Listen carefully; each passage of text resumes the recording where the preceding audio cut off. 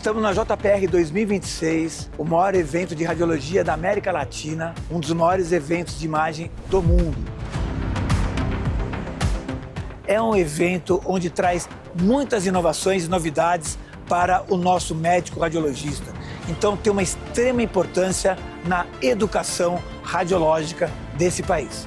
A gente está diante do maior evento de radiologia do país, evento exponencial, tanto nacionalmente como internacionalmente. Então eu diria que a JPR é o grande alvo científico atualmente na América Latina na área da radiologia. Então aqui é um momento de muita oportunidade e de engrandecimento de conhecimento radiológico e de tecnologia.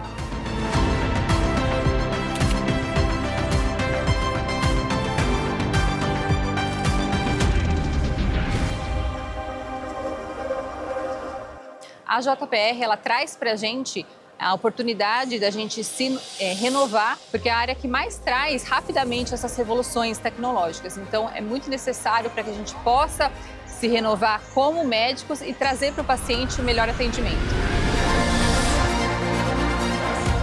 A gente também tem uma parte de palestras, em que a gente consegue, de fato, fazer um network muito importante dentro da radiologia.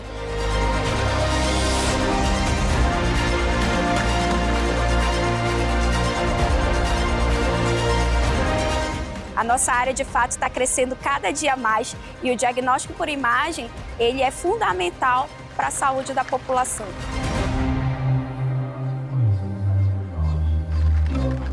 As pessoas deveriam participar e conhecer, porque isso é um investimento que ninguém vai tirar de você. E isso vai trazer para você a possibilidade de avançar na sua área, na área da imagem, na área da tecnologia.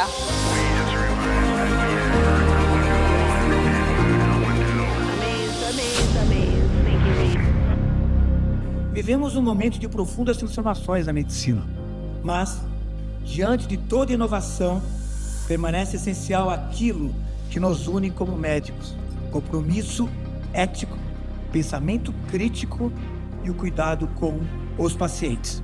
Que esta jornada seja, acima de tudo, um espaço de aprendizado, colaboração e inspiração. Que daqui surjam novas ideias, novas parcerias e caminhos ainda mais sólidos para o fortalecimento da nossa especialidade.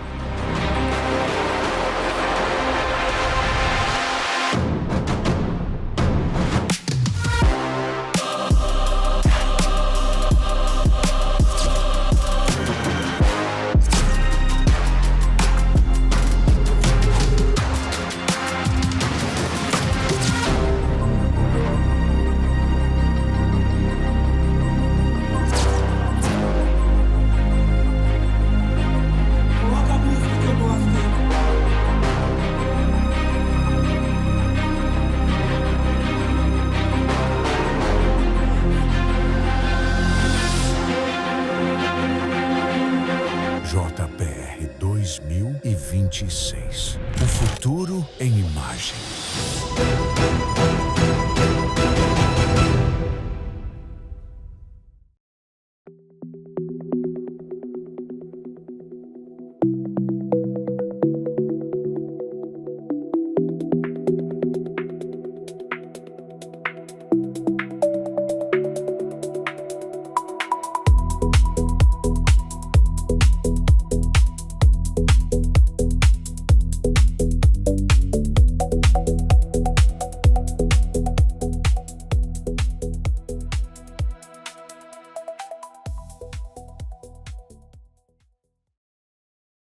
Olá, estamos de volta com a SPR TV e agora nós vamos assistir a dois depoimentos, um do Dr. Mário Pelizari, que é da Federação Argentina de Radiologia, e também do Dr. José Lipschitz, que é da Sociedade Argentina de Radiologia. Eles participaram do módulo de pediatria, contaram um pouco pra gente e também falaram da importância dessa parceria com a SPR. Assistam. Hola, buenas tardes. Mi nombre es Mario Pelizari.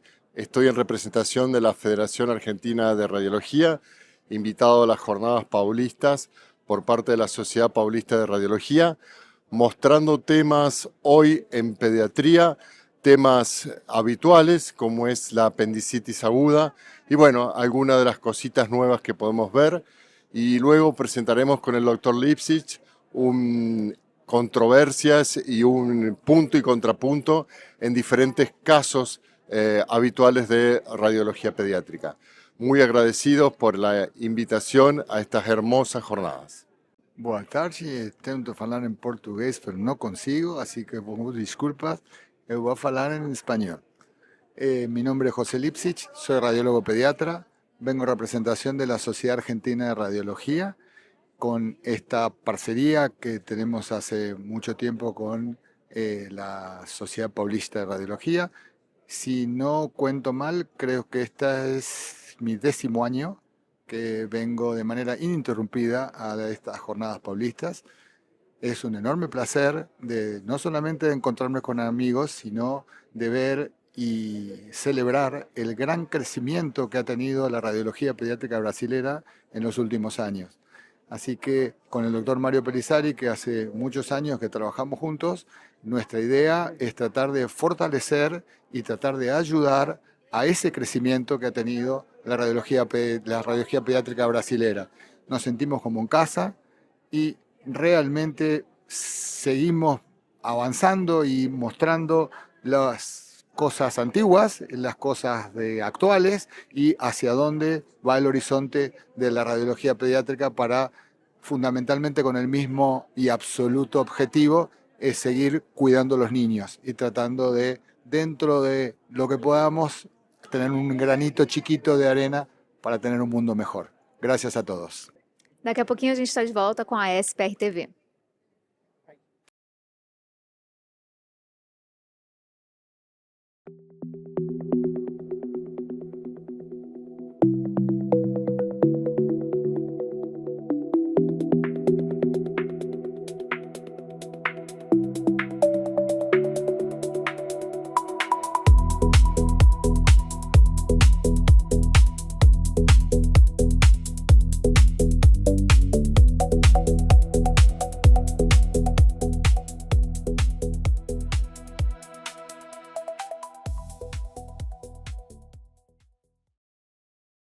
Olá, estamos de volta com a SPR TV e agora você vai assistir a 2 perguntas que eu fiz para o Dr. Christian Federó. Ele é neuroradiologista e físico suíço, está aqui representando a International Society for Magnetic Resonance in Medicine e conversou com a gente, tanto sobre essa colaboração com a SPR e o módulo do qual ele participou. Assista. Yeah, so thank you. This is an event organized by the Brazilian chapter of the ISMRM. So I think it's the 2nd time that they're organizing it. It's a very nice initiative, I would say, mainly because it basically opens doors to. I was thinking about this. Like basically, it opens doors more than just this talk. Like we get to know each other, and then we're going to it's gonna increase the collaboration between both societies in long term, not just this event, I think. Yeah, so it was a pleasure to be here. I hope the presentation was interesting. So yeah, the event overall is very nice. It's really excellently organized. I'm really impressed by the quality and the enthusiasm of all participants. So it's a real pleasure to be here. Thank you so much. I hope we can see you in next years also. I hope as well. Thank you very much. Thank you. Daqui a pouquinho a gente está de volta com a SPR TV.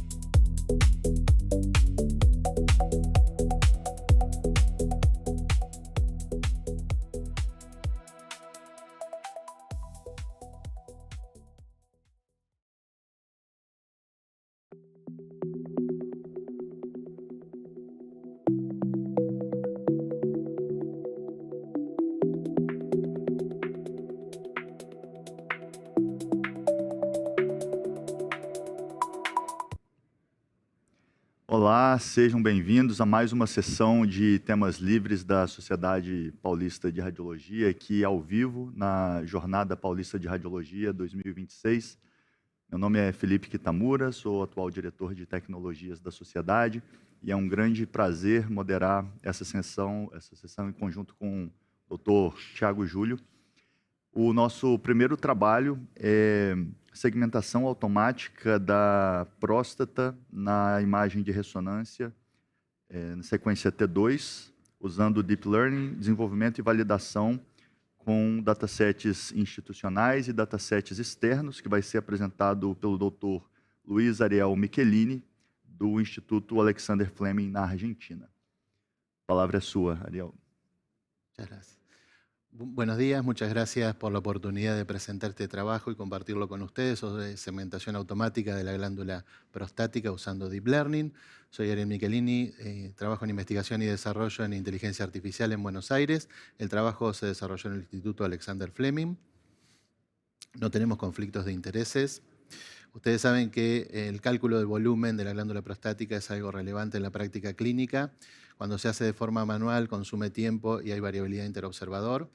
Las redes convolucionales neuronales alcanzan una buena capacidad de segmentación y nosotros tomamos el desafío de ver la capacidad entre distintos campos magnéticos de evaluar su performance.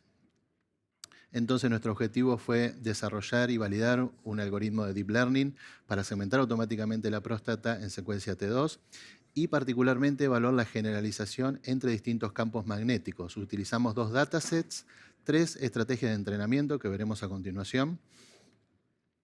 Los datasets son uno institucional de 1.5 Tesla con 50 pacientes, 1.234 imágenes y reservamos 248 imágenes para la partición de testeo. El dataset externo corresponde a Prostate 158, está disponible públicamente. Tomamos 139 pacientes y utilizamos 249 imágenes para testeo. Todas las imágenes fueron redimensionadas a 256 por 256 píxeles y estandarizadas con valores de media y desvío estándar propios del dataset institucional. Utilizamos esta arquitectura, una UNet, que tiene una característica especial, una attention gate en el extremo de las skip connections, que permite al modelo enfocarse en la glándula prostática en la parte de extracción de información dimensional, ustedes saben, en el decoder. Entonces se suprime el background. Hay 3 estrategias de entrenamiento. Este es nuestro núcleo en el trabajo. Un entrenamiento en 60 épocas solo con 1.5 Tesla. Un fine-tuning que a partir del entrenamiento en 1.5 Tesla el modelo se abrió y recibió dataset de 3 Tesla por 20 épocas. Y un entrenamiento combinado simultáneo de ambos datasets. Este fue durante 30 épocas fue el entrenamiento y el que mejor resultado nos dio. Aquí, de modo ilustrativo, cómo fueron las dinámicas de entrenamiento, una convergencia suave de entrenamiento y validación con la última estrategia, sin signos de overfitting. Y como ven, el DICE score a partir de la época 10 está en 0.85 y desde la época 25 alcanza 0.90 y entra en plató.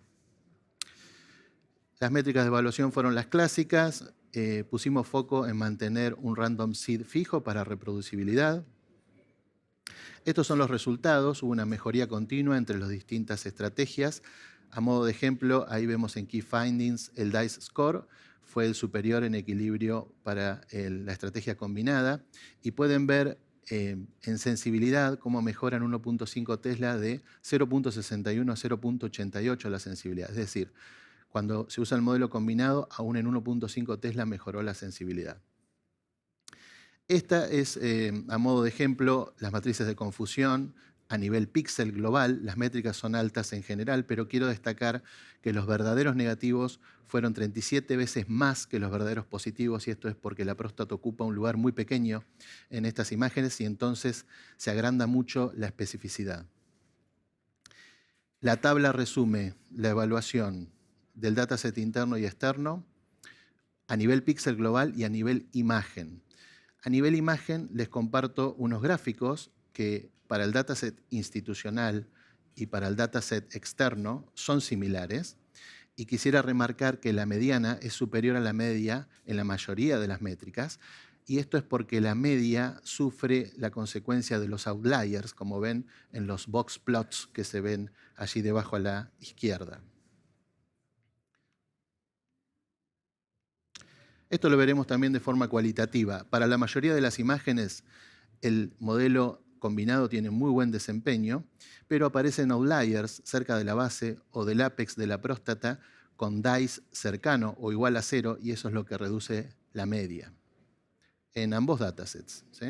Sucede lo mismo. Allí ven cerca del esfínter uretral externo o cerca de la base, segmentando de forma incorrecta como falso positivo intestino delgado, aunque la mayoría está por arriba de 0.94. A modo de resumen, tenemos muy buena performance con el modelo combinado, superando a las otras estrategias de entrenamiento. La especificidad ha sido alta, esto da confiabilidad clínica, y encontramos este destaque que mejora en 1.5 Tesla el modelo que tiene información de 3 Tesla, por ejemplo, en el DICE score o en la sensibilidad, como habíamos visto antes. En comparación con la literatura, tenemos competitividad con nuestro DICE score. En lo que evaluamos, fluctúa de 0.85 a 0.96 el DICE score en las distintas publicaciones que vimos, y nosotros estamos alrededor de 0.90. Para ir concluyendo y a modo de discusión, el entrenamiento combinado hace un modelo robusto, aprende a generalizar las características, esta combinación de ambos campos magnéticos. Las attention gates que tiene este tipo de UNet creemos que fue una clave porque extrajo información anatómica más allá de la diferencia de intensidad de los campos magnéticos. El fine tuning fue bueno para 3 Tesla, pero no para 1.5. La evaluación por imagen tiene un desvío estándar amplio, como vimos. La media se reduce y es algo que es consistente con la literatura. La mayoría de los trabajos que vimos nosotros trabajan con 3 Tesla, algunos con 1.5 y 3 Tesla, como Jiménez Pastor en 2023. Y nosotros nos enfocamos particularmente en esta transferencia entre distintos campos magnéticos. Tenemos limitaciones, nos enfocamos en 2 dimensiones, perdemos información de contexto entre cortes. En el futuro trabajaremos con 3 dimensiones. Ampliaremos el dataset con más información y haremos una validación prospectiva clínica. Concluyendo, el entrenamiento combinado alcanza un muy buen DICE en ambos dominios. El fine-tuning impacta particularmente sobre el dataset target, que era el de 3 Tesla y no sobre 1.5. Hay información complementaria en el uso de 1.5 y 3 Tesla que impacta favorablemente en ambos tipos de imagen cuando se le propone al modelo que haga una predicción. Y la información el entrenamiento combinado tuvo una especificidad muy elevada. Esto da soporte para que pueda ser utilizado probablemente como herramienta entre distintos campos magnéticos. Algunas de las referencias bibliográficas que utilizamos. Los autores de esta presentación, y les agradezco mucho su atención y quedo dispuesto a las preguntas o comentarios que tengan. Muchas gracias. Excelente, parabéns pelo trabalho. Algoritmos de segmentação estão cada vez mais presentes no nosso dia a dia, né? If you want, I can switch to English. Please. Okay, Yes. So segmentation models are becoming part of our routine in some places. Yes. Right? And as it becomes easier to integrate segmentation, I don't see why we should keep doing measurements in the 3 axes and multiplying and Absolutely. right, if we can be more precise. So how do you think the practice of an abdominal radiologist who reports prostate MR would change if this kind of tool is readily available in the PACS to be used? I believe that is a challenge to integrate in a fluid way that kind of tools. The abdominal radiologist obviously will be happy with a fluid algorithm. And I believe that the inter-observer differences in the measurements will be lower. And we are working with a platform that integrates in a fluid manner this kind of segmentations. It was beyond the scope of this presentation, but if you want, I could show you.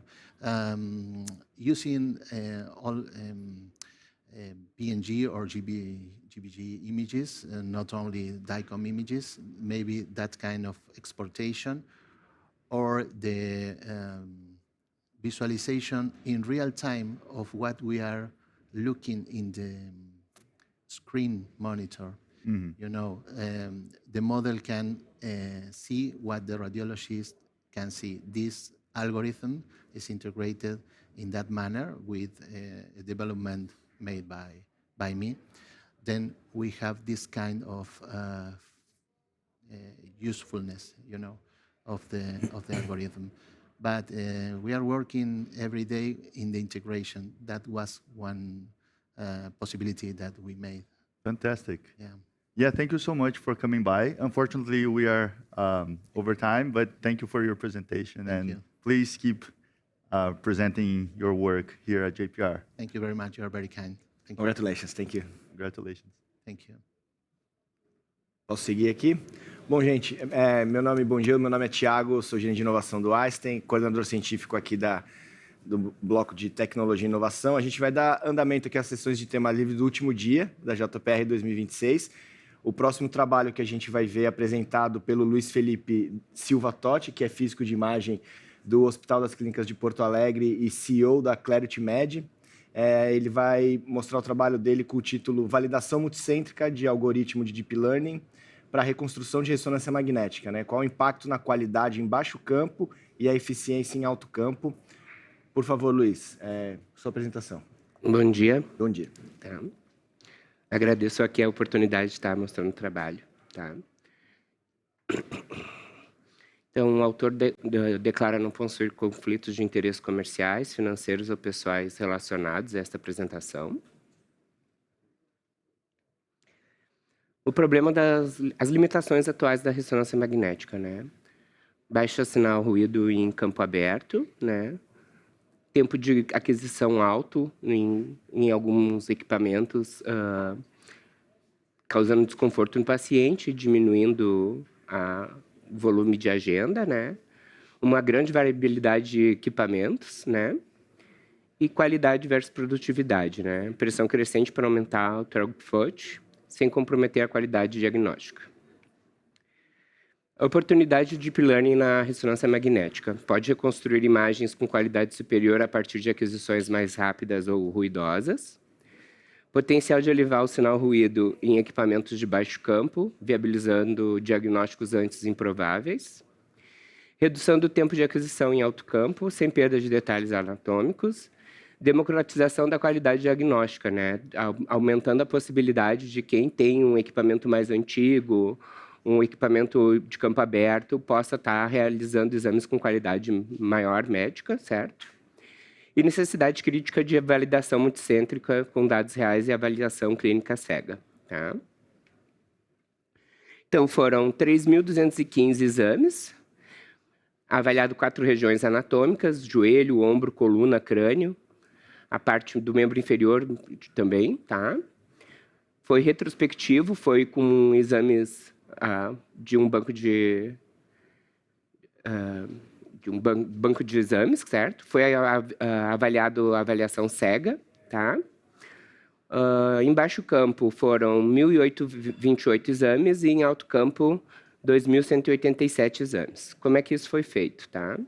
Arquitetura UNET modificada, 4 camadas de pooling, 128 canais iniciais, Python mais biblioteca PyTorch, processamento em GPUs NVIDIA, pré-processamento, normalização mais inferência. A avaliação, como é que foi feita?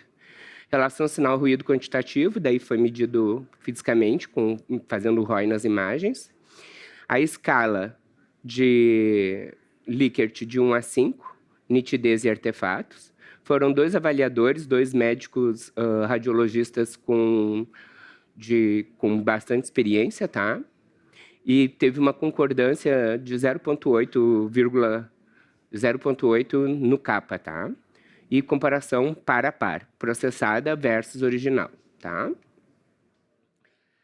Então, resultados. 45% de redução, de aumento de sinal ruído no baixo campo. Ali eu tenho uma imagem até de um joelho, né, que mostra ali em algumas regiões a melhora significativa da imagem, tá? Equipamento de alto campo. Eu aumentei 50% do meu sinal ruído. Também reduzi o tempo de exame, tá? E melhora absurda, assim, da qualidade de imagem, certo?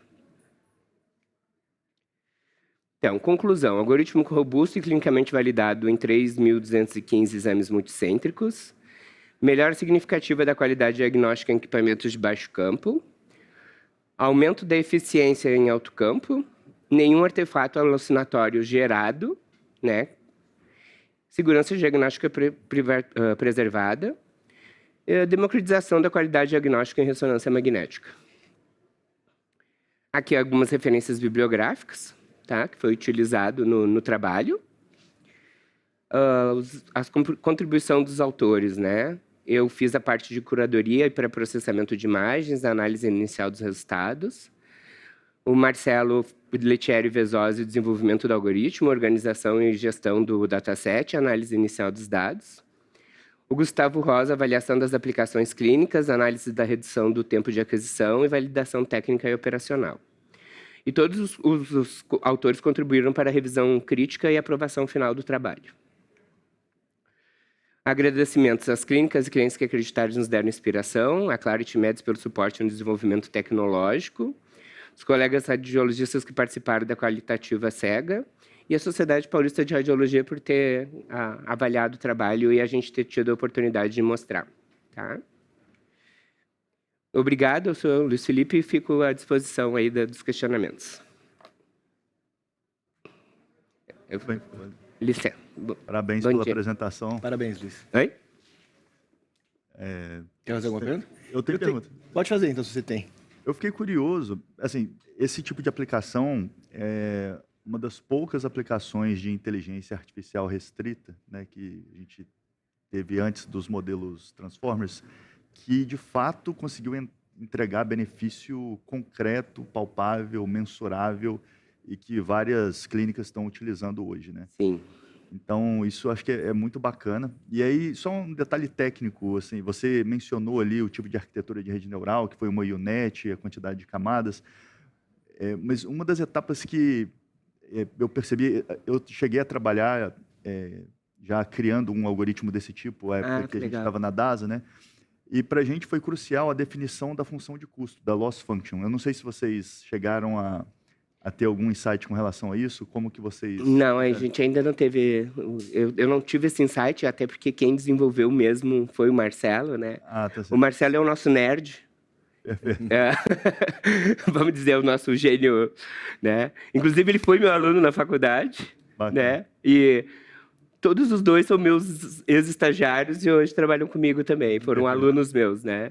Aí eu sou o físico que tem as ideias e eu tenho os inteligentes lá que aplicam, né? Perfeito. E aí, a base... se eu entendi bem, você tem um algoritmo de denoising, correto? Isso. Mas o que faz acelerar a sequência seria a redução do NEX ou é alguma outra... Não, a gente trabalha com matriz também. Matriz também, redução de tamanho de matriz, é isso? Trabalhamos com matriz. A gente, na verdade, temos, já com a gente está agora trabalhando, a gente está com já 3, 4 especialistas, um em cada máquina, Siemens, GE, que estão fazendo essa parte de reduzir o tempo, tentando não trabalhar tanto no NEX.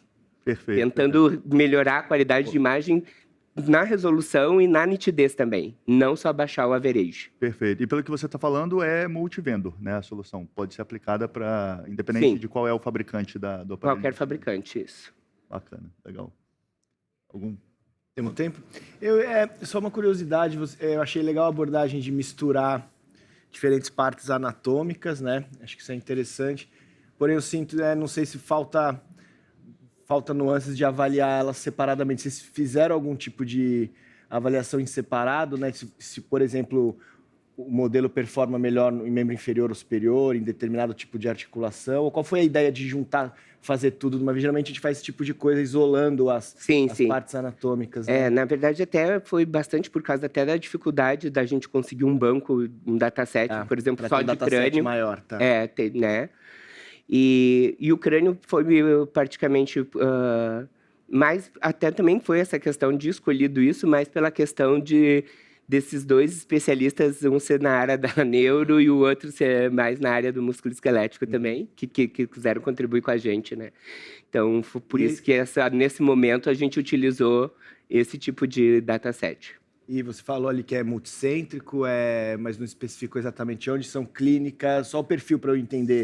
São pequenas e médias, hospitais universitários. Teve banco de dados também, teve um banco de imagens e a aplicação depois foram feitos em clínicas no interior do Rio Grande do Sul. Tá, então perfil de clínica pequena, média. Isso, a gente... Média complexidade. Isso, média para complexidade. A gente ainda não está atuando em grandes centros, não. Legal. E por enquanto a gente não quer também.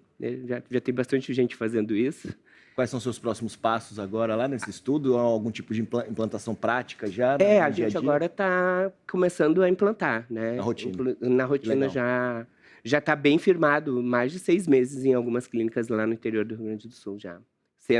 Pequenos centros, Caxias. Caxias já não é mais tão pequeno centro, né? Mas Bento Gonçalves, Caxias, Nova Bassano.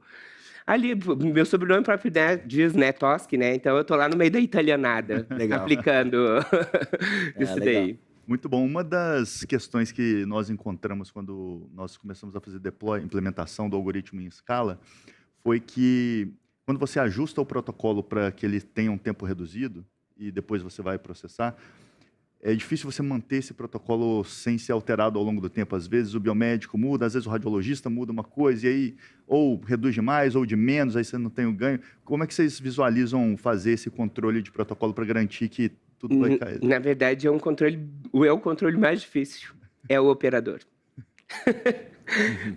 A gente, primeiro, quando já chega lá, a gente já vai dizer que o operador vai ter que trabalhar mais, vai ter que aumentar o volume dele de exames. Isso já gera uma certa dificuldade, né? Mas a gente está tentando agora uma forma de bloquear que esse protocolo não seja alterado. Já estamos tentando pensar uma forma de ter uma senha para não se mexer na questão do protocolo, né? E outro grande problema que a gente também teve foi aquela questão de por exemplo, quando eu recebi as imagens de volta, né? Porque é questão de segundos volta as imagens para o equipamento novamente, né? E aí o técnico reenviar já a imagem processada de novo.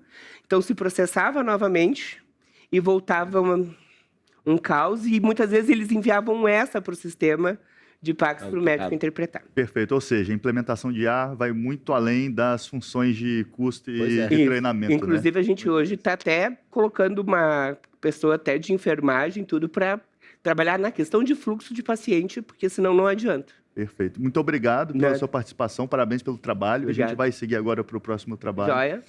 E é um prazer ouvir que a gente tem esse tipo de desenvolvimento aqui no Brasil, né? Joia. E vocês estão, os contatos estão lá, quem ficar, fique à vontade. Obrigado. Tá joia? Obrigado, viu, gente? Perfeito. Bom, agora eu convido aqui ao palco o Vitor Arthur Ohanessian, que vai apresentar sobre o estudo de prova de conceito do modelo Ararat. Bom, muito obrigado, especialmente ao Thiago Júlio, doutor Thiago Júlio e Felipe Tamura, que talvez eles não saibam, mas são grandes referências para mim na área de inovação. E muito obrigado também, JPR e SPR, pelo convite de apresentar o nosso modelo Ararat, nossa primeira versão do modelo de prova de conceito, que foi recentemente aceito para publicação na Clinical Radiology. Então, hoje eu gostaria de discutir um pouco sobre o aprendizado de máquina utilizando radiômica, especificamente em T2 ponderado para a classificação do ISUP, ou seja, da classificação para biópsia no câncer de próstata. São nossos conflitos de interesse. Bom, comentando brevemente em relação ao câncer de próstata, aqui acredito que a gente gostaria de discutir um pouco mais em relação à estratificação de risco, para entender exatamente onde que esse paciente ele está inserido hoje no sistema de saúde. Então, a gente muitas vezes fica em dúvida entre aquele câncer a princípio de próstata indolente ou então aquele que é agressivo. E muitas vezes se leva a um sobrediagnóstico ou então até mesmo subdiagnóstico em alguns casos, em algumas regiões, que algumas referências também já deixam claras em relação a isso. O PSA, sabidamente, apresenta uma sensibilidade elevada, que é um exame a princípio que a gente utiliza inicialmente, então uma sensibilidade maior que 90%, e uma especificidade extremamente baixa, que leva a falsos positivos, muitas vezes envia para ressonância multiparamétrica, onde há ressonância multiparamétrica, ou então diretamente a biópsia, e então biópsias resultando em biópsias negativas, então levando a morbidade a esse paciente sem necessidade. Discutindo um pouco sobre a classificação atual em relação ao PIRADS, né, a gente recentemente recebeu a PIRADS 2.1, né, um tempo atrás, e aí teve alguns novos estudos que discutiram sobre os resultados e aplicação da própria classificação fora do ambiente, quando coloca em ambiente de não sêniores, né? Então, radiologistas abdominais, a princípio, que acabaram de iniciar dentro do mercado. E a gente verifica que apenas 16% a 21% do PIRADS 3, a princípio, é clinicamente significativo. Ou seja, você ainda tem uma alta incerteza e essa se mantém ainda uma gray zone, né? Uma zona de ambientação com dificuldade de você conseguir tomar uma decisão adequada, ou seja, enviar a biópsia e levar maiores custos de saúde, ou então você mantém um rastreio de 3, 6 meses com uma ressonância multiparamétrica, eventualmente até fazendo PSA futuramente. Além disso, a ressonância multiparamétrica, 25% dos tumores significativos não são detectados. E, além disso, no próprio trabalho do PIRADS, eles realizam o valor do kappa, da concordância interobservadora, e eles apresentam 0,64, ou seja, não é uma concordância adequada para uma classificação que é mundialmente utilizada. Então, muitas vezes, isso leva à biópsia, e essa biópsia, ela, ainda assim, dentro dos patologistas, também tem uma baixa reprodutibilidade no kappa. Então, você vê que são baixas reprodutibilidades consequentes, e essa baixa reprodutibilidade leva, muitas vezes, incerteza diagnóstica diagnóstica, e o que muitas vezes um radiologista, um patologista vai estar realizando de laudo, o outro não necessariamente vai dar os mesmos resultados. Isso é extremamente complicado. Então, isso leva a um impacto direto em relação a biópsias desnecessárias e, como consequência, a gente tem uma heterogeneidade na qualidade do cuidado. Então, a princípio, dentro desse ambiente, a gente propôs o nosso primeiro modelo, nosso modelo V1, a princípio do Ararat. O Ararat é uma inteligência artificial utilizada inicialmente, manteve por aprendizado de máquina, ou seja, machine learning, e agora a gente está partindo para deep learning. Então, a gente utilizou, a princípio, construção por radiômica, então a gente utilizou algumas bibliotecas para extração das features, utilizando apenas T2 Weighted, que é amplamente disponível em relação à multiparamétrica, e é muito mais barato também. O nosso target, explicitamente, foi em relação ao ISUP, que foi de menor do que 3 versus maior ou igual a 3. Sabidamente, o clinicamente significativo, o target é 2, mas o objetivo aqui não é necessariamente saber se é clinicamente significativo, mas se ele apresenta moderado ou alto risco de progressão da doença, ou seja, necessidade de biópsia futura. A abordagem, a princípio, a gente utilizou apenas T2, e a aplicação clínica dessa nossa ferramenta, ela é principalmente dentro dessas lesões indeterminadas, ou seja, dentro do ambiente do PIRADS-3, onde você tem dúvida entre biópsia ou segmento clínico, segmento apenas com imagem. O objetivo aqui desse trabalho, a princípio, é conseguir refinar a indicação da biópsia e adicionar mais um parâmetro dentro dos outros parâmetros que já estão disponíveis amplamente dentro do ambiente de trabalho, né? Então, comentando um pouco mais sobre nossos materiais e métodos, a gente seguiu claramente o CLAN e o Tripod, a princípio, e foram incluídos apenas 104 pacientes com 112 lesões, o que levou, utilizando, entre nossos critérios de inclusão, imagens axiais ponderadas em T2 disponíveis, confirmação histopatológica pela classificação ISUP e, terceiro ponto, coordenadas tridimensionais, ou seja, os voxels em relação à lesão, válidas, ou seja, realmente adequadas àquela localização. A gente utilizou o banco de dados do Prostatex, que a princípio é um dos, acredito que é um que são mais amplamente utilizados para validação e prova de conceito de modelos. O banco de dados Prostatex apresenta mais de 400 pacientes, mas utilizando apenas os critérios de inclusão, a gente teve que remover um número muito alto de pacientes, então a gente teve um dataset reduzido. Então, a princípio, foi isso. Em relação agora à análise estatística e construção do modelo, a gente teve um pré-processamento buscando uma colenialidade mínima, então 0,9 a princípio. Aqui entra um ponto importante, acredito que o Dr. Michelini aqui da Alexander Fleming comentou muito bom em relação à segmentação, mas discutir um pouco mais sobre a parte da segmentação manual, que isso eu acho que é um ponto interessante. A gente utilizou um método de segmentação esférica, a gente colocou com 5 milímetros uma esfera dentro da ressonância e fazendo a extração das features. Isso foi particularmente importante porque muitas vezes você quer saber se exatamente aquele ponto tem lesão, e você quer comparar com um ponto adjacente. E isso é extremamente importante. Então, você conseguir direcionar aonde que vai fazer a realização das features, você dá uma explicabilidade maior ao radiologista, o que é um ponto fundamental e eu acredito que seja o core hoje, que são as CHAIs, né, Explicability AI. Então, a princípio, a gente utilizou esse método de segmentação e a gente utilizou um modelo de random forest, ou seja, para machine learning de floresta de decisão para classificação do modelo. Em relação aos nossos resultados, comentando um pouco mais em relação à análise descritiva da nossa amostra, a nossa amostra ficou desbalanceada, então a gente teve que discutir um pouco em relação ao class weighted, né, usar algumas ferramentas em relação ao PyRadiomics para conseguir discutir um pouco em relação a balancear essa amostra e então conseguir ter resultados fidedignos. Em relação às lesões propriamente dita, a localização delas foram 44,6 na zona periférica, 40,2 no estroma anterior e 15,2 na zona de transição. A princípio, em relação à classificação do ISUP, não teve associação significativa entre lesão e a localização do tumor. Aqui a gente consegue ver um pouco as imagens em relação ao nosso viewer, ou seja, a gente já faz a parte da implementação direta disso dentro do PACS, então você consegue selecionar a ROI, onde você tem interesse de você verificar a lesão, então você recebe um output de baixo, intermediário ou alto risco, e é possível você colocar um cutoff, ou seja, um threshold, que vai indicar ou não indicar a biópsia.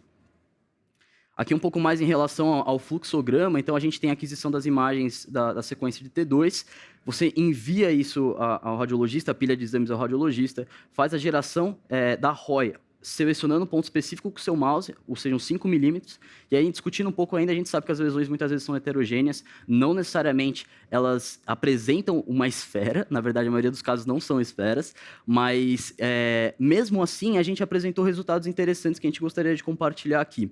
A gente conseguiu uma area under curve de 0,84, que talvez não seja a melhor métrica para discutir aqui, mas apresentando o índice de Uden, a gente teve uma sensibilidade de 85,7% e uma especificidade de 78,6%, o que se atribui isso à semelhança de um radiologista sênior hoje dentro do ambiente. Então, a princípio, isso seria extremamente importante em locais talvez remotos que, teoricamente, não apresentam radiologistas abdominais com anos de experiência.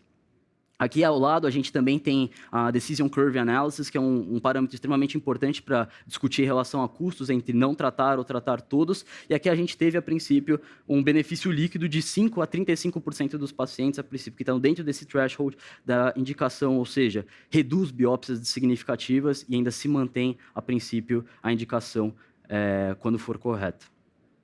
Discutindo um pouco sobre o nosso modelo ainda, agora em questão de aplicação, a gente, no cenário atual, ele entra principalmente o Ararat, esse primeiro modelo nosso, ele entra dentro do PIRATS 3, então a questão de alta incerteza e leva tendências a biópsias desnecessárias. E uma decisão baseada em expertise, ou seja, você tem uma variabilidade interobservador que ela é ainda adequada, porque você coloca o radiologista como fundamento dentro da aplicação da AI. Então, os modelos de Deep Learning, muitas vezes que ainda tem dificuldades, então se você selecionar, indicar uma lesão adequada, o que muitas vezes um radiologista que não tem o conhecimento técnico aceita aquela lesão, mesmo por Deep Learning, e aqui é o ponto, quando você tem um conhecimento mínimo para você indicar a lesão e você indica o ponto target que você quer que faça a extração das features, você tem uma maior precisão nesse caso. E aí, em relação à futura evolução do nosso modelo, a gente já vem trabalhando no nosso segundo modelo, que é o V2, e hoje nosso segundo modelo, ele já apresenta tanto o target em relação ao ISUP, quanto também a parte de volumetria, segmentação automatizada de toda a glândula, da zona de transição, zona central, zona a princípio, e também das vias adjacentes. E esse nosso segundo modelo, utilizado por Deep Learning, é um Retina UNet, e esse Retina UNet a gente conseguiu já uma acurácia, uma área under curve maior que 0,90.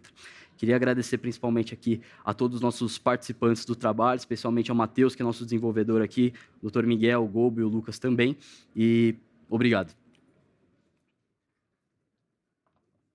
Pode sentar aí, Vitor. Excelente, parabéns pelo trabalho extremamente completo, né, e levando em conta todas as questões clínicas e também técnicas do assunto. Fiquei curioso para entender como que você imagina, quando você tiver... Agora, você já tem a primeira versão, está indo para a segunda. Como que você imagina o radiologista utilizando na prática esse seu algoritmo? Perfeito. Eu acredito que, inicialmente, ainda se mantém a necessidade de você realizar o exame sozinho, inicialmente, e você encontrar as lesões prováveis. E aí, a partir do momento que você acredita, olha, esse é o local que eu tenho interesse, esse é o local que eu gostaria de fazer o reporte para o laudo.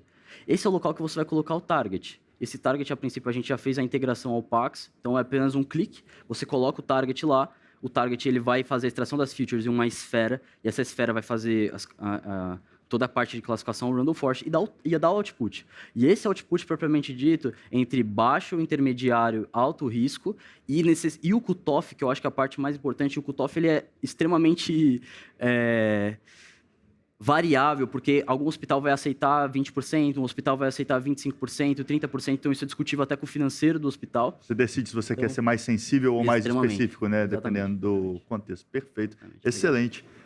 Mais uma vez, parabéns pelo trabalho, obrigado por vir apresentar e, por favor, continue trazendo trabalhos de alta qualidade aqui para a gente na JPR. Perfeito, obrigado. Valeu, Vitor. Eu que apresento o próximo. Então, vamos dar sequência aqui, gente, à nossa sessão de tema livres aqui do último dia da JPR, no módulo de Tecnologia e Inovação. Agora, deixa eu ver se eu estou certo aqui. O próximo trabalho, quem vai apresentar, acho que é o Marcos Antônio Dias Lima, do Rio de Janeiro, lá do INCA, tá? Instituto Nacional do Câncer.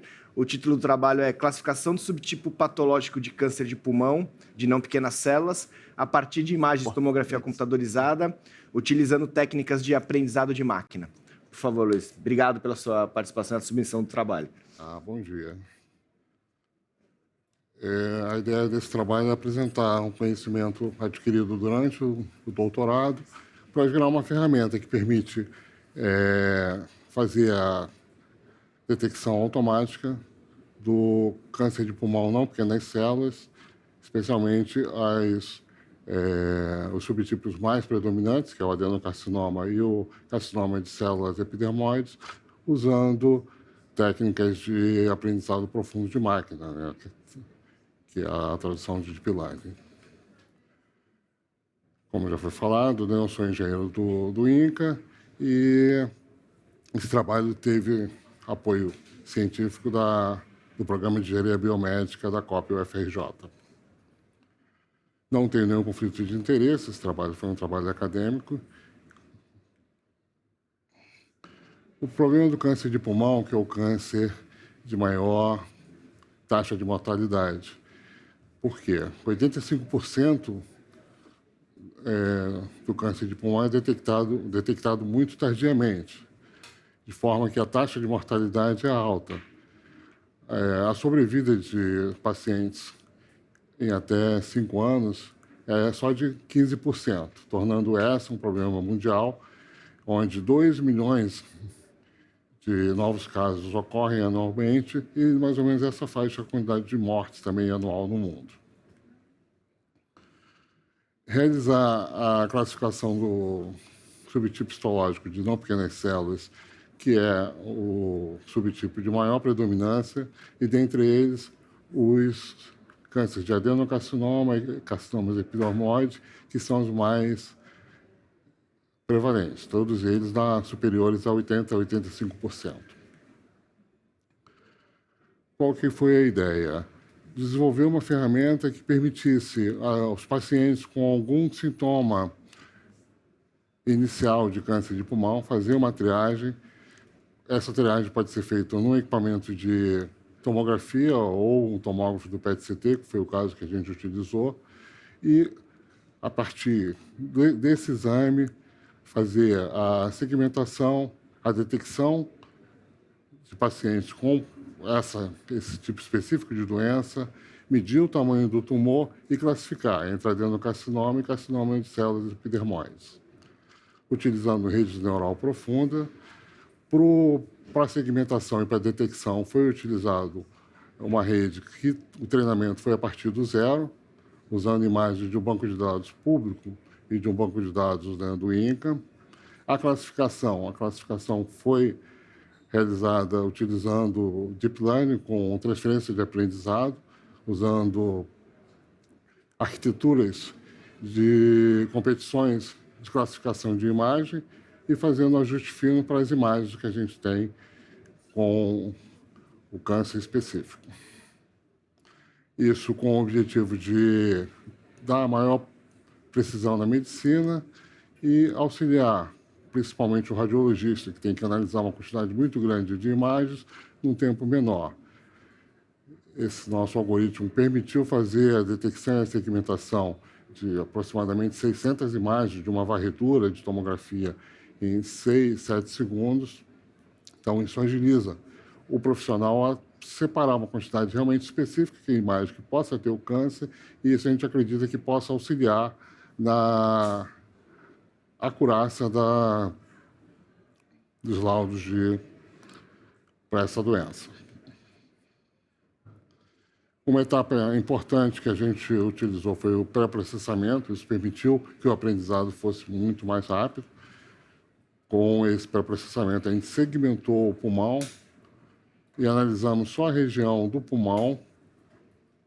Fizemos uma análise bidimensional e isso fez com que a nossa rede, né, levasse da ordem de 24 a 30 horas para o aprendizado a partir do zero.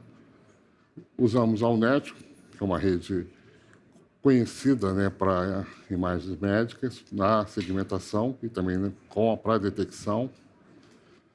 Para a classificação, nós usamos a VGG16 e a Inspection V3, onde a gente utilizou esse ajuste fino com imagens de treinamento do TCIA, que é um banco de dados disponibilizado pelo governo americano, e fizemos validação externa com um banco de dados do INCA.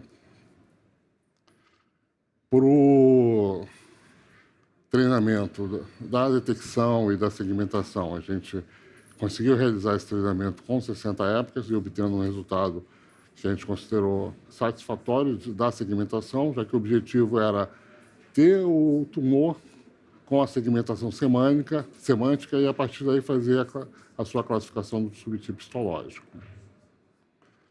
Aqui a gente pode ver a quantidade de imagens que a gente utilizou.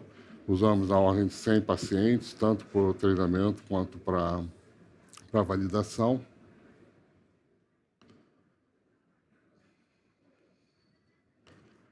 Para a classificação, a gente utilizou imagens do TC, tanto no treinamento quanto também no teste. E usamos as imagens do INCA para o teste final, para fazer essa classificação entre adenocarcinoma, carcinoma de células epidermoides, ou não tendo nenhuma dessas duas classes predominantes. Para a detecção, a gente teve uma acurácia considerada satisfatória entre adenocarcinoma e células epidermoides. O que a gente conclui? Que utilizar um banco de dados como etapa de treinamento expressa uma importante contribuição para mostrar que uma deep learning é adequada para a classificação do subtipo histológico, que foi uma preocupação muito importante do INCA realizar isso. A segmentação, a gente viu que era um problema operacional nosso, de precisar de um radiologista, de um profissional, para fazer essa segmentação semântica. Então, esse sistema auxilia, né, na prática, a realidade do INCA. E pode também ser implementado em locais onde se deseja ter uma melhor exatidão, um pré-laudo ou o início de um tratamento mais adequado, visto que esses dois tipos de subtipos histológicos têm uma variação semântica significativa e também uma terapia específica. Então, isso facilita a terapia-alvo, permite um início de tratamento mais adequado e a ideia é contribuir com o profissional da oncologia e da radiologia com essa doença que, infelizmente, mata muito no mundo. A acurácia da classificação tende a melhorar com a quantidade de dados disponíveis, né, mais amplos. A gente utilizou um banco de dados predominantemente norte-americano para uma população brasileira. A gente sabe que isso pode gerar alguma limitação. Então, se a gente tiver um banco de dados a nível nacional e fazer o treinamento dessa rede com uma quantidade maior de dados, a gente acredita que vai aumentar a exatidão do resultado. Então, é possível realizar essa classificação do subtipo histológico, a gente conseguiu provar nesse nosso estudo. Uma proposta futura é desenvolver essa ferramenta de auxílio diagnóstico, onde ela pode ser, inclusive, ser incluída como um plugin de um sistema EPAX como o Osiris ou algum outro, com o objetivo de permitir tanto os centros especializados quanto os locais onde não há um especialista ter alguma informação que possa melhorar a exatidão da medicina. Então, agradeço. Estou disposto para... Obrigado. Bom, parabéns aí pelo trabalho, super interessante. É legal ver mais uma instituição interessada em utilizar Deep Learning, inteligência artificial para screening, triagem e diagnóstico de câncer, ainda mais uma instituição com peso do INCA, né? Você mencionou ali no... Eu ia fazer duas perguntas, na verdade. A primeira você praticamente respondeu ali no final, que era se vocês já estavam de alguma forma testando isso na prática, se tinha alguma intenção, então você podia falar um pouquinho mais sobre isso, apesar de você já falou claramente ele que é um próximo passo. Mas a minha pergunta, não sei se é exatamente uma pergunta, né? Você usou um dataset grande, 25 mil imagens, né? Mencionou população americana. Fico pensando e construir um dataset local para o treinamento, e validação, como é o praxe. Fico pensando o tamanho e a importância do INCA, se não existe uma vontade de ter um dataset maior e disponibilizar isso publicamente para que outras instituições possam também treinar modelos em cima. Existe essa vontade, algum tipo de iniciativa nesse sentido lá de vocês? Sim, respondendo, né, a primeira pergunta, isso aí realmente a gente gerou um background para poder gerar um produto, então, na verdade, a gente ainda não tem uma ferramenta pronta, mas verificamos que dá para ser, né, feito e a gente seria um próximo passo. A gente precisa de financiamento, de recursos para poder fazer isso. Sim. Quanto ao dataset, a gente usou um dataset norte-americano, que é um dataset, né, muito usado nesse meio, só que em função da gente ter um caso específico do INCA, de ter 50% dos pacientes detectados como adenocarcinoma e quase 50% também como células escamosas, esse banco de dados não refletia bem. Então, a gente tem um banco de dados do INCA próprio, específico, vai auxiliar muito. Para vocês terem uma ideia, nós elencamos, durante 4 anos, quase 2.000 pacientes que a gente poderia analisar essas imagens. Mas, infelizmente, a gente não tinha uma informação que pudesse, né, fazer com que a nossa rede aprendesse de forma adequada. Por quê? Muitos dos pacientes chegavam no estágio muito avançado. Então, com tumor acima de 4 centímetros, a gente não considerava. E outros, a gente não tinha todas as imagens disponíveis, nenhum laudo adequado. A gente tem um sério problema, que é essa questão mesmo do laudo estruturado, e mesmo não estruturado, ser um laudo que pudesse ser confiável e aplicar na sua rede. A gente sabe que uma rede, uma IA, ela só funciona bem se você tiver uma precisão dos dados muito boa. Talvez o INCA tem, se a gente pensar nesses anos, talvez a gente tenha lá 20.000 pacientes que a gente pudesse, né, analisar. Então, o próximo passo, realmente seria um trabalho maior, mas seria esse. Desses 20.000, separar, de fato, 2.000 que pudesse ser utilizados e a gente ter esses resultados mais precisos e ter uma conclusão melhor do trabalho. Legal. Interessante. Quem sabe um futuro desafio da JPR com dados do INCA ia ser um sonho, ia ser super legal. Com certeza. Parabéns, viu? Parabéns. Obrigado. Excelente trabalho. Obrigado. Muito bem, nós vamos para a nossa próxima apresentação, que é o desenvolvimento de ferramenta para priorização de exames de ressonância magnética de mama, que vai ser apresentado pelo Vinícius Cardona Felipe. Olá, então muito bom dia a todos, muito obrigado pelo convite. É uma honra estar fazendo parte aqui dessas apresentações de alto nível. Então, eu vou apresentar então esse trabalho, que é parte do meu pós-doutorado, né? De conflito de interesse é o projeto patrocinado pela Philips, então, através da Lei da Informática.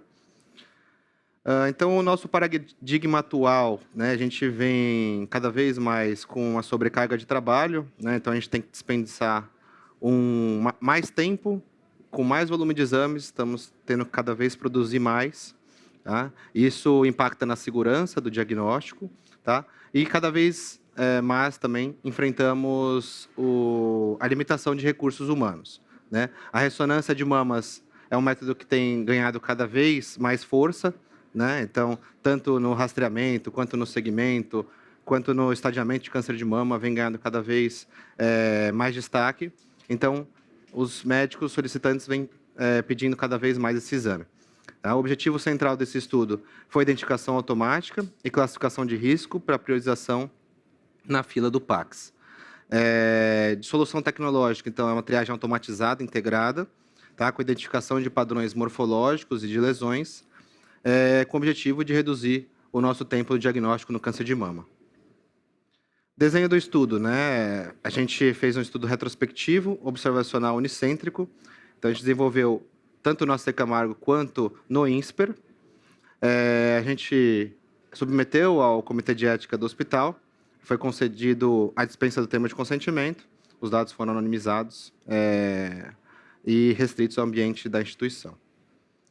População de estudo. Os critérios de inclusão foram as ressonâncias magnéticas de mamas com protocolo de imagem completo, e o exame realizado com uma qualidade diagnóstica adequada. Critérios de exclusão: imagem com artefatos ou falhas técnicas que prejudiquem a avaliação das imagens. A gente usou aí 1.000 exames de treinamento do hospital e mais 900 imagens de dados públicos. Desenvolvimento do algoritmo. Então, foi uma ferramenta utilizada, desenvolvida através de uma parceria do AC Camargo com o INSPER. Foi treinado com bancos de dados públicos, com algumas imagens e bancos de imagens do AC Camargo. De arquitetura do sistema, então, a gente inseriu uma imagem com subtração, né, no primeiro minuto, transformou essa imagem em MIP, usou o módulo YOLO para detecção e recorte das mamas, e aí subdividiu em 3 modelos: modelo de visão clássico, modelo de detecção dos objetos e o modelo de classificação das imagens. Depois a gente fez o Assemble, um combinador, e depois a gente classificou risco e nível de confiança. O Assemble, então, foram 2 tipos, né? Um que combinou 2 dos 3 modelos que concordaram e um que identificou uma área suspeita. A gente consegue jogar com maior especificidade ou maior sensibilidade e usar o que a gente definir como critério. Métrica-chave foi principalmente o F1, que dá é uma balança entre a sensibilidade e especificidade, e a curva ROC. Primeiro, então, a gente usou o YOLO V11, que a gente teve uma acurácia de 99,5 para a detecção correta do algoritmo para o que é mama e o que é fora da mama. E ele segmentou a mama em direita e esquerda. Tá? A gente fez o Data Augmentation, a gente fez o espelhamento vertical e adicionou ruído a essa imagem, né? De performance, né, dos nossos VITs, o VGG19 teve uma alta variabilidade, não performou tão bem, com F1 score médio de 0,7, só que o VIT 384 performou bem, com alta robustez, com um F1 score de 0,82 e um ROC de 0,80. Né? Então, esse F1, como eu falei, é um equilíbrio ideal ali entre sensibilidade e especificidade. E o VIT performou, então, melhor que o VGG19. Também usamos ali um mapeamento de cores, né? Então, a gente usou GranCan no começo, com o VGG19, aí depois a gente foi para o Attention do VIT, e aí mostrou que os mapas provam, né, que o modelo não está só chutando, está acertando e está acertando com confiança. Tá? Então, ele destaca ali as lesões que ele está identificando. Os nossos maiores erros, então, de falsos positivos, são os vasos, né? Porque às vezes ele confunde o sistema com realces lineares, com algumas lesões. E de falso negativo, aquela mama com bastante realce de fundo de parênquima, que acaba o sistema falhando na identificação das lesões. De aplicações clínicas, o que a gente tem? Né? Então, tem como eficiência operacional do nosso sistema de PACS, né? Com a priorização do tempo, para a priorização dos exames de mama, redução do tempo diagnóstico para essa paciente, e pode funcionar futuramente como dupla leitura. Conclusão. Então, temos o desempenho superior do VIT em relação ao VGG19. A gente tem que ter... a gente começou a validar, e está validado já esse sistema de priorização dos exames de mama. É um potencial, assim, para otimizar fluxo é excelente, né? Então, a gente consegue priorizar e destacar os exames que têm alguma alteração. A gente faz a fila desses exames, consegue laudar com maior rapidez os exames que precisam realmente dessa agilidade. E a gente tem, então, a ferramenta demonstrou uma alta acurácia ali na identificação das lesões. De perspectivas futuras, então, para esse meu trabalho, né? Então, inclusive foi bem legal os trabalhos anteriores, que mostram bastante essa parte de segmentação. A gente também está fazendo essa parte de segmentação das lesões, então a gente identifica a lesão, o próprio sistema já faz essa segmentação, já sabe o que é papila, já sabe o que é musculatura peitoral, já sabe o que é pele. A gente, na mama, tem que fazer 6 medidas, né? Então, 3 medidas do nódulo, mais essas 3 medidas que a gente tem que fazer de papila, pele e músculo, e às vezes a gente despende muito tempo para fazer essas medições. Então, o nosso objetivo aqui é fazer essa reconstrução volumétrica, fazer essas métricas para poder agilizar o nosso relatório. Então, aqui é a minha bibliografia. Aqui as contribuições dos autores. Aqui eu queria deixar, em especial, meu agradecimento ao Dr. Almir, que ele é meu tutor desde sempre lá na Secamargo e me ajuda sempre com essas questões de trabalho científico e está sempre me instruindo. Muito obrigado também ao pessoal do INSPER, que me ajudou também a construir, auxiliou nessa construção de ferramenta. E muito obrigado. Então, lembrar que quando a gente acelera os laudos, aqui nos cânceres de mama, o tempo ali define bastante o prognóstico dessa paciente. Muito obrigado. Excelente apresentação, trabalho também super relevante e muito bem conduzido. Eu fiquei com algumas dúvidas mais do ponto de vista técnico, assim, né? Eu vi que você testou o VGG19 e um modelo que é VIT, né? São arquiteturas muito distantes uma da outra no tempo, né? Vision Transformer, arquitetura muito recente, VGG é uma das primeiras lá atrás. Por que vocês consideraram essas duas e nenhum outro tipo de variação de rede convolucional mais recente, Convinext ou qualquer outra no meio do caminho, né? Por que da escolha... Na verdade, do VIT eu até entendo, mas por que da escolha da VGG em específico? No começo, a gente queria testar para ver qual performava melhor, né? Porque a gente tem diversos tipos de equipamento também. Então, a gente testou tanto o VGG19, que, como você nem falou, é antigo, mas a gente usou o VIT agora como alternativa, que performou muito melhor, né? As outras alternativas, como o VIT performou bem, a gente nem chegou a testar, até como recomendação do pessoal da tecnologia do INSPER mesmo, que achou que o VIT acho que performou melhor para eles também. Mas foi por isso, a gente teve que testar uma um pouco mais antiga, um pouco mais nova, para poder ver também a questão de diferença dessas performances. Geralmente no desenvolvimento, o que eu vejo as pessoas tentando todas as arquiteturas que existem, né? E acho que isso, inclusive, é uma outra possibilidade. Agora, eu imaginei, o motivo de eu ter feito essa sua pergunta, porque a minha experiência empírica é que VGG em específico é um modelo que tende a dar melhores mapas de atenção, o GradCam. Sabe quando você vai olhar o mapa de calor? É bem e melhor as outras redes convolucionais costumam ficar muito bagunçado e ele não explicar direito, né? Mas, enfim, mais para entender se era nesse ponto. Mas, de novo, parabéns pelo trabalho, excelente, acho que indo na linha certa.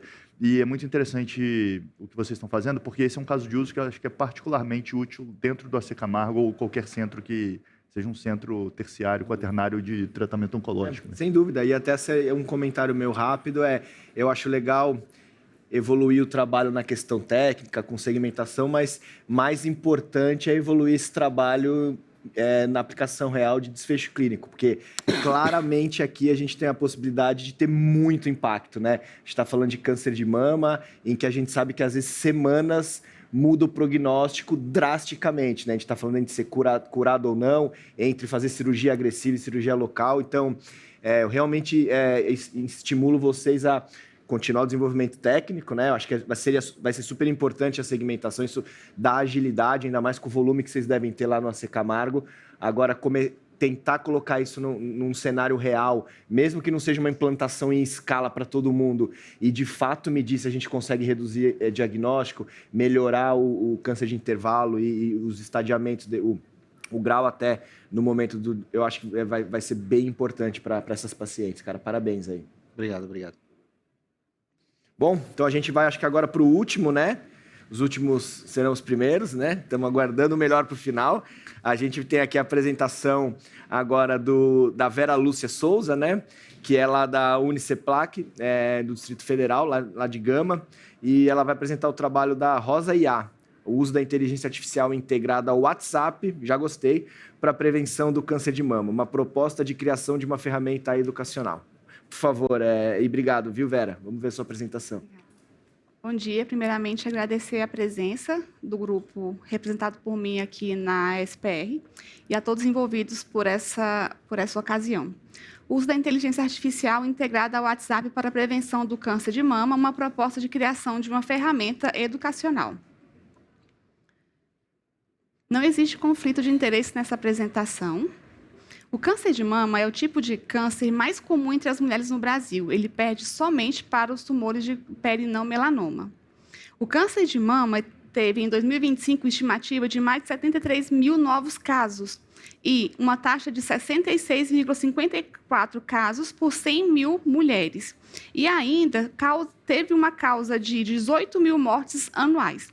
Diante de números expressivos e tão alarmantes, um grupo de iniciação científica da instituição multidisciplinar que uniu os cursos de radiologia e de análise e desenvolvimento de sistema pensou em uma metodologia, uma forma de trazer informação para pacientes, em especial aqueles pacientes que têm pouco acesso à informação de qualidade. A mamografia é o exame padrão ouro dentro da detecção do câncer de mama. E a importância da prevenção do câncer de mama traz chances de cura quando a gente tem um diagnóstico precoce. O objetivo geral do projeto Rosa IA é desenvolver uma ferramenta educacional integrada ao WhatsApp. Por que integrada ao WhatsApp? Porque é uma ferramenta de acesso livre, facilitada e de baixo custo, que utiliza a inteligência artificial para fornecer informações personalizadas sobre a prevenção do câncer de mama. E não é qualquer tipo de informação, porque a gente criou um banco de dados com material efetivo relacionado a esse tema, com foco na detecção precoce e na promoção de hábitos saudáveis. Objetivos específicos: integrar o WhatsApp ao modelo de linguagem Google Gemini, treinar a IA com conteúdos validados sobre câncer de mama, oferecer orientações confiáveis sobre sintomas, riscos e diagnóstico, garantir respostas empáticas e que incentivem o apoio profissional, validar o sistema com testes técnicos e controlados e assegurar, em especial, a privacidade e seguir os princípios éticos e legais.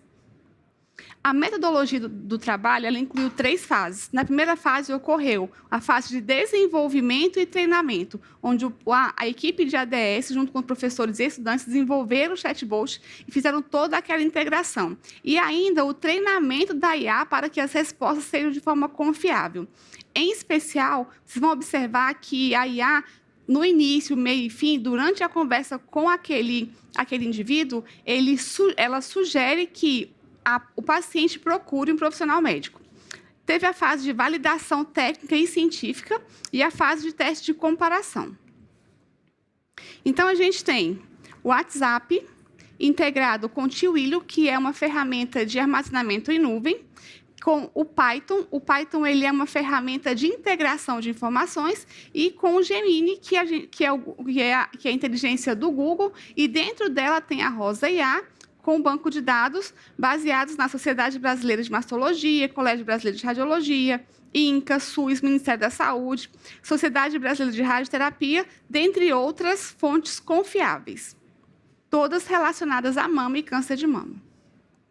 Então, de uma forma simples, o usuário ele envia uma mensagem pelo WhatsApp para a Rosa IA. A mensagem ela é recebida pelo Twilio, que faz o armazenamento. A mensagem ela é encaminhada via Python, processada. E aqui a gente tem 2 caminhos. Se a pergunta da paciente está relacionada ao câncer de mama, ela segue para o Gemini na IA, onde vai ser processada e onde vai gerar uma resposta baseada no banco de dados, e gera uma resposta, e a resposta ela é enviada via Twilio de novo para aquele usuário. Se a pergunta do usuário for relacionada a algo que não esteja relacionado com o câncer ou com a mama, ele gera uma resposta com uma impossibilidade daquela pergunta. Uma imagem onde, por exemplo, ela pergunta o que é mamografia, e ela faz uma resposta relacionada ao que é mamografia.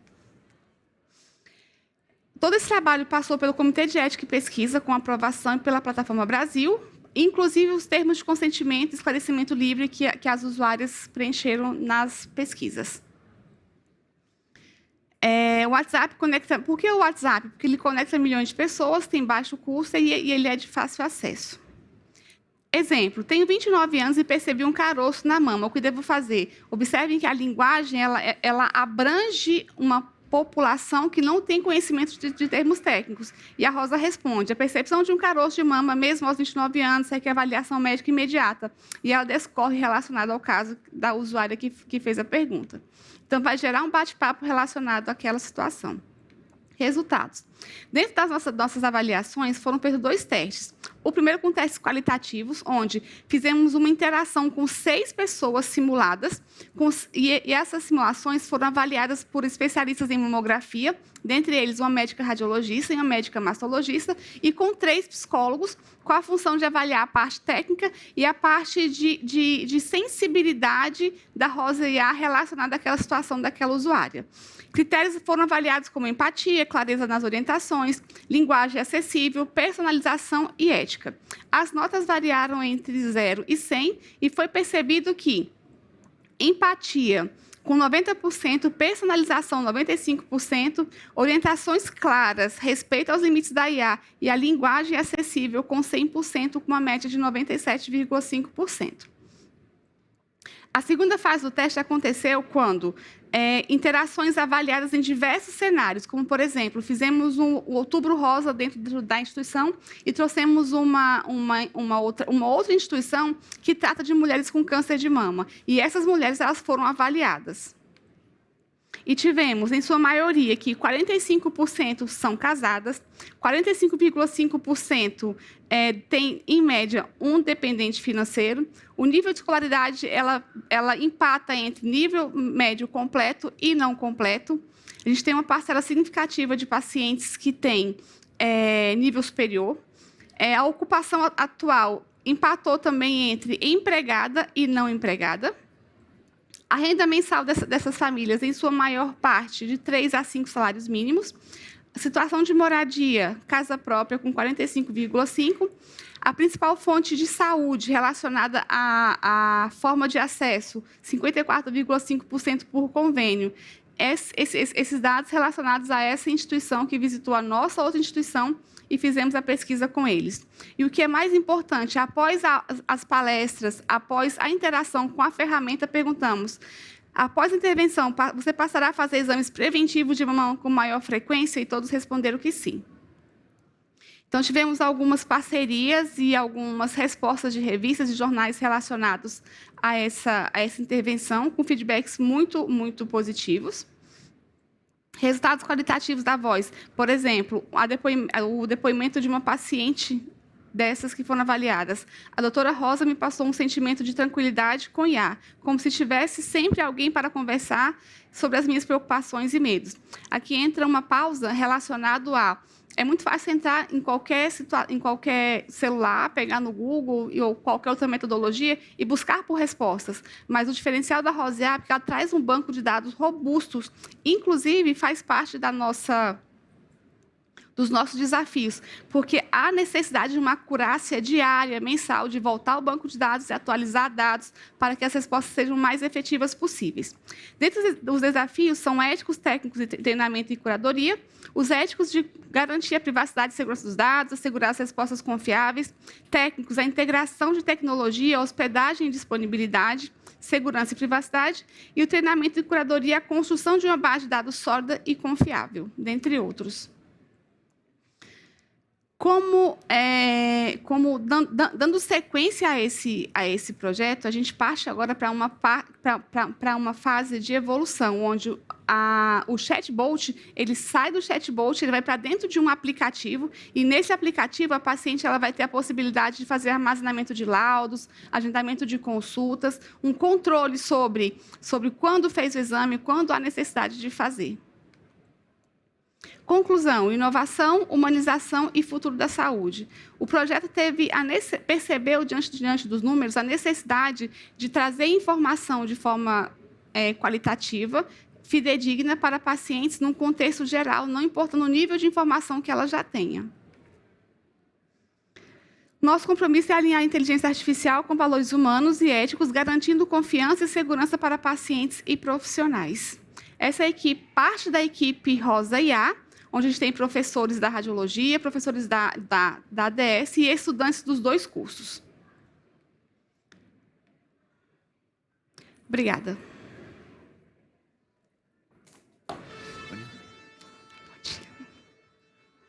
Tocou o sinal.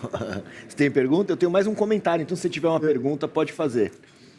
Não, também eu só tenho um comentário rápido, que primeiro, parabéns, é fantástico ver esse tipo de iniciativa. A gente sabe que a informação de qualidade e acessível, ela é um problema, né? O trabalho anterior que foi apresentado já detectando câncer na ressonância, mas um ponto que vem muito antes disso é os pacientes terem a ciência de que é esse problema, como que elas podem se prevenir, e acho que vocês endereçaram isso de uma forma muito bacana, porque se você só usa ferramentas genéricas para fazer pesquisa, existe o risco de informação incorreta. E o fato de vocês embasarem em bancos de dados reconhecidos e de forma atualizada resolve isso, né? Vou só dar um exemplo de um colega que, claro que é totalmente diferente, não é para ensinar sobre câncer de mama, mas um colega que usou um chatbot comercial para fazer agendamento na clínica dele. E o chatbot, uma hora, alucinou, falou com o paciente assim, não, você quer fazer tomografia? Infelizmente não temos, pode ir em tal clínica, indicou um concorrente. Sendo que, poxa, a clínica, sabe? Então, assim, nesse caso é engraçado, tudo bem perder um cliente, mas aqui é diferente, né? Uma informação incorreta pode gerar muito problema e você está trazendo tanto acesso ao colocar dentro do WhatsApp, que é uma ferramenta amplamente utilizada, quanto trazendo informação correta, né? Então, parabéns pelo trabalho. E de uma forma que o paciente ele se sinta acolhido. A gente teve a preocupação de trazer psicólogos para poder avaliar as respostas e tivemos todo um trabalho em cima das respostas dela para que torne ela um pouco mais acolhedora, um pouco mais mulher, sabe? Só como sugestão rápida, eu adoro esse tipo de trabalho, o WhatsApp, é super cara do Brasil, eu entendo o impacto, de modo que eu acho que dá para ir além, assim, já é legal informar, né? Mas, assim, procure ser um mastologista não ajuda a maioria das pessoas no Brasil. Marque a sua mamografia, a gente sabe, né? Porque a dificuldade é conseguir marcar. Então, eu vi que vocês estão pensando em endereçar isso com o aplicativo. Eu acho que esse é o caminho legal para ir. Então, é legal informar, é útil, mas a gente precisa ter o próximo passo, né? E eu acho que até... Eu iria ser mais ativo e direcionar o bot para fazer perguntas que não só informem, mas que já façam uma triagem. Então, por exemplo, perguntar ativamente se a mulher tem um nódulo palpável. Porque se ela tem um nódulo palpável, ela tem que ir naquele dia, se possível, né? Eu sei que é difícil de fazer isso. A gente começa a entrar também numa seara que, poxa, agora não é só um bot informativo, agora eu estou fazendo triagem, eu estou dando recomendação, mas eu acho que é o caminho que a gente tem que seguir. Então, recomendo vocês... A Rosa, ela já faz, é porque não deu para a gente trazer todos os prints, né? Mas ela já faz. Ela faz perguntas relacionadas se ele é fixo, se ele é móvel, se dói, se não dói. Já para pacientes, por exemplo, que já está em tratamento e sente uma dor na região axilar por conta de fibrose ou algo do tipo. Então, ela indica fisioterapia, ela indica atividades, ele está bem completo. Legal. Mas, lógico, a gente precisa ainda muito material para a gente poder torná-lo, né, mais acessível e favorecer a população. Parabéns, viu? Muito legal, viu? Obrigada. Bom, vou encerrar então aqui, posso encerrar aqui? Terminamos aqui essa última sessão de tema livres de tecnologia e inovação da SPR 2026. Agradecer todos os que apresentaram hoje, também todos os que apresentaram nos outros dias, todos que assistiram, todos que participaram, moderaram, os avaliadores também, muito importante. Meu agradecimento a todos os avaliadores aí que avaliaram os trabalhos de tema livre, os posters, as apresentações orais, e a gente vê vocês o ano que vem, tá? Muito obrigado.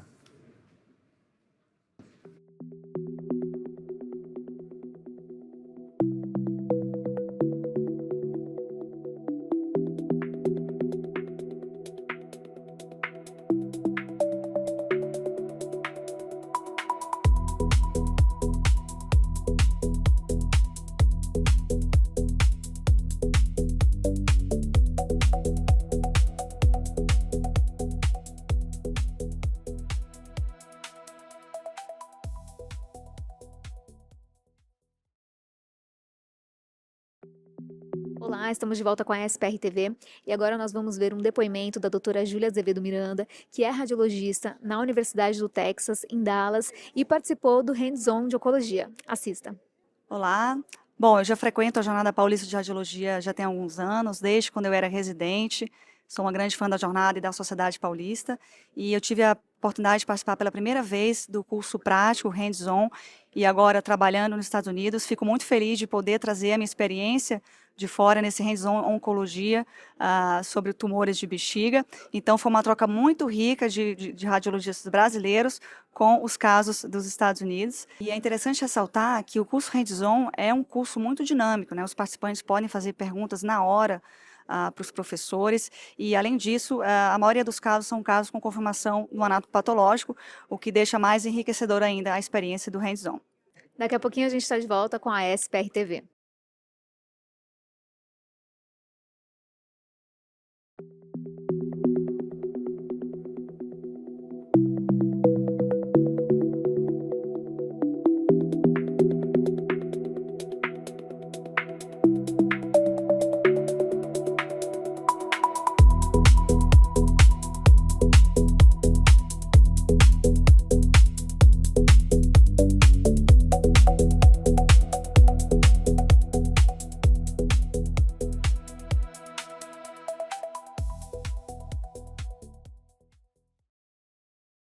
Olá, estamos de volta com a SPR TV e agora nós vamos conversar com o Dr. Gabriel Schor, que foi integrante do time vencedor da Gincana de Casos do Dia, o Inradianos. Ele vai falar pra gente como foi essa experiência e também, até agora, esse terceiro dia de JPR, eles são os recordistas no período da tarde, agora do sábado, do Escape Room. Também quero saber sobre isso. Doutor, primeiro, obrigada por conversar com a gente. Conta um pouquinho sobre como foi vencer a Gincana de Casos do Dia.